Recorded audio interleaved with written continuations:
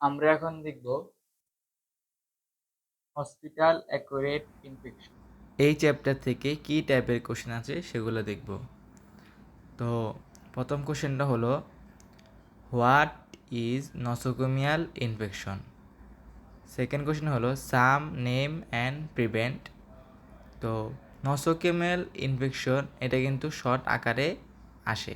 তো আপনারা এই কোশ্চেনটা পাবেন হলো 397 নাম্বার পেজ, এবং সেকেন্ড কোশ্চেন পাবেন হলো 398 নাম্বার পেজে।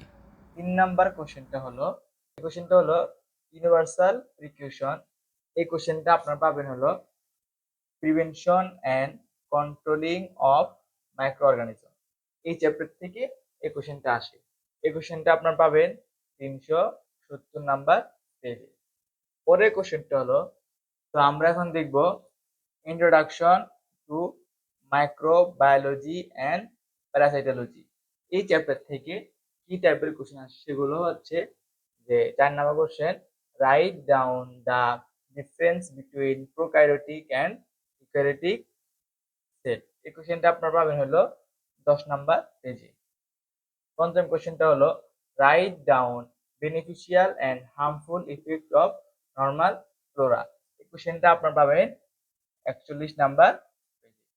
তো আজকে আমার ক্লাসে মাইক্রোবায়োলজির এসিকিউর জন্য আমরা মোট 9টা চ্যাপ্টার সিলেক্ট করছি। সেগুলো হলো bacteria, virus, fungi, parasites, immunization, controlling of microbial growth, hospital accurate infection, prevention of controlling of microorganism, introduction of microbiology and parasitology. এই 9টা চ্যাপ্টার থেকে আপনারা প্রথম 5টা কোশ্চেন, এই কোশ্চেনগুলো থেকে আপনারা পাবেন ইকিউ আসবে, এসিকিউ আসবে, মিলাইলে পরেগুলো কিন্তু সহজ। তো আপনারা এই চ্যাপ্টারগুলো আর গত ক্লাসের ইকিউ সাজেশনটা ভালো করে দেখবেন।